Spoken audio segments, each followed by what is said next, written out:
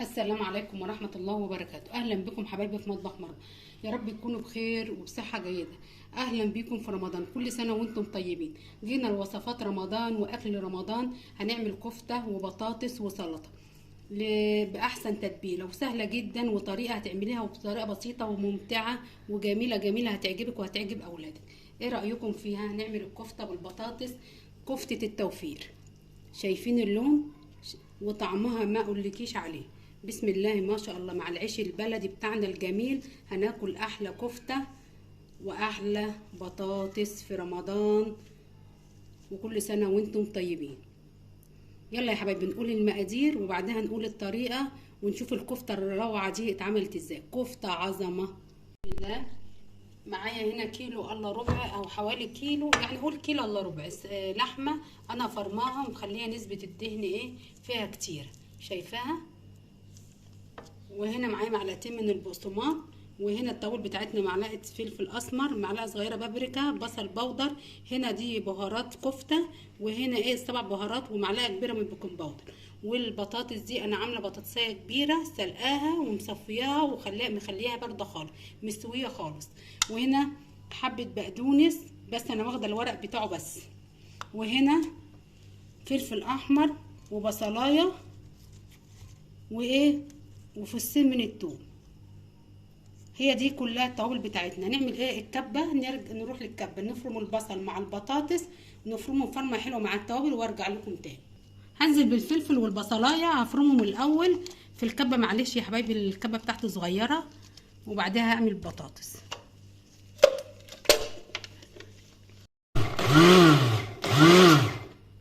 وخلاص كده انا فرمت البصله والفلفل الالوان. هنزل بقى بالبطاطس بعدها. خلاص وانا حطيت البطاطس وهفرم البطاطس بقى، وخلاص كلهم فرمتهم يا حبايبي. هنزل على اللحمه. وانتي لو عندك كبه كبيره حطي كل المكونات مع بعضها بدل ما تحطوهم على مرتين. وهنزل بالمعلقتين بتاع البقسماط، وهنزل بالتوابل بتاعتنا الجميله، كل التوابل. وهفضل ادعكهم مع بعض بقى، خلي كل المكونات دي تتخلط مع بعضها. شايفين؟ هناكل كفته اقتصاديه وجميله جدا وموفره معاكي. بما اننا داخلين على رمضان وشهر رمضان الكريم، كل سنه وانتم طيبين. لازم نعمل وصفات كتيره للكفته. وبعدها احط البقدونس هخلي المكونات دي كلها مع بعضها. جبنا صينيه يا حبايبي ودهناها سمنه، وهنصبع الكفته. ولو عايزه تحطي على قبل الكفته نحط بطاطس، نحط بصل، نحط طماطم، اي حاجه انت عايزاها تعمليها. هنجيب الكفته ونصبعها على ايديكي كده بالمقاس اللي انت عايزاه. سهله معايا وجميله جدا واقتصاديه وموفره معاكي. شايفين البطاطس ضعفت الكميه يا حبايبي، واعملي الكميه اللي انت عايزاها على قد اسرتك. شايفين الحلاوه؟ بسم الله ما شاء الله. عايزه تعملي صوابع صغيره كبيره، كل حاجه في ايدك. هخلص الكميه وارجع لكم عشان ما اطولش عليكم في الفيديو.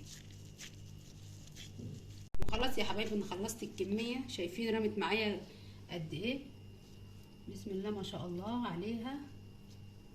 هتاكلوا احلى كفته جميله جدا. ايه رايكم فيها؟ بسم الله ما شاء الله. يا حبايبي انا مسخنه الفرن على درجه 200، هحطها على الرف اللي في النص، هوريكم بعد ما تدخل الفرن هتبقى عامله ازاي. حطينا زيت على النار، هنقلي حبه بطاطس مع مع الكفته بتاعتنا الجميله دي. هنحمر البطاطس بتاعتنا، هنقدمها مع سلطه وبطاطس. شايفين يا حبايبي بعد مرور 10 دقايق عامله ازاي؟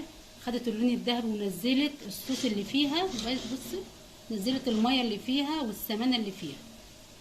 هنعمل حبة سلطة مع الكفتة بتاعتنا الجميلة دي. بصلاية، وهنا عندي خيار، جزر، فلفل حراق، بقدونس، طماطم، كل الخضار اللي انت عايزة تحطيه في السلطة المتاح عندك حطيه. معلقة صغيرة من الفلفل الاسمر، كزبرة، كمون، ومعلقة من الملح. وهنا البصلاية، وهنا عصرة من الليمون، ومعلقة من الخل. وهنزل بمعلقة من الخل على البصلة بتاعتنا دي، والليمونة، والتوابل بتاعتنا الجميلة. ونقلب البصلة بتوابلنا دي ونخليها تتبل شوية، تدبل شوية الملح، وتنزل العصارة اللي فيها، ونخليها نشيلها قبل ما ننزل الخضار بتاعنا. وعندي هنا البولة هنزل بالخضار بتاعنا الجميل. اي خضار عندك، خس، اي خضار متاح عندك للسلطة وانت بتحبيه في السلطة حطيه.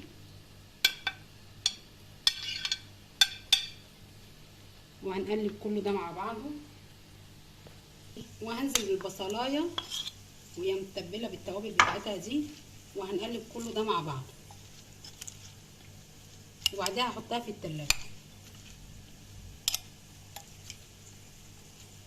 ريحتها جميله، التوابل بتاع السلطه مع البصله جميله جدا، والليمون والخل. هجيب ميه ساقعه واحطها عليها، وجبت ميه ساقعه خالص واحطها عليها الحبه دي، وهنقلبها كلها ده مع بعضه. وبعدها احطها في التلاجة لحد ما الكفته بتاعتنا الجميله تجهز، ونقدمها مع الكفته والبطاطس. ايه رايكم في السلطه الجميله دي؟ احلى سلطه هتتقدم مع احلى كفته. بصي يا حبايبي، بسم الله ما شاء الله، خلاص احمرت وجميله جدا. ايه رايكم فيها؟ خلاص، هي بس دقيقه واحده كده، ولا صلصه ولا دهنتها باي حاجه، هي خدت اللون الجميل بتاعها ده. اطلعها دقيقه واحده بس، وخلاص البطاطس بتاعتنا يا حبايبي خدت اللون الذهبي الجميل بتاعها ده. هطلعها على مناديل ورق واقدمها مع الكفته. خلاص يا حبايبي، طلعنا الكفته والبطاطس ومعانا السلطه. احلى كفته توفير. وباننا جايين في شهر رمضان، كل سنه وانتم طيبين. هنعمل في العزومات.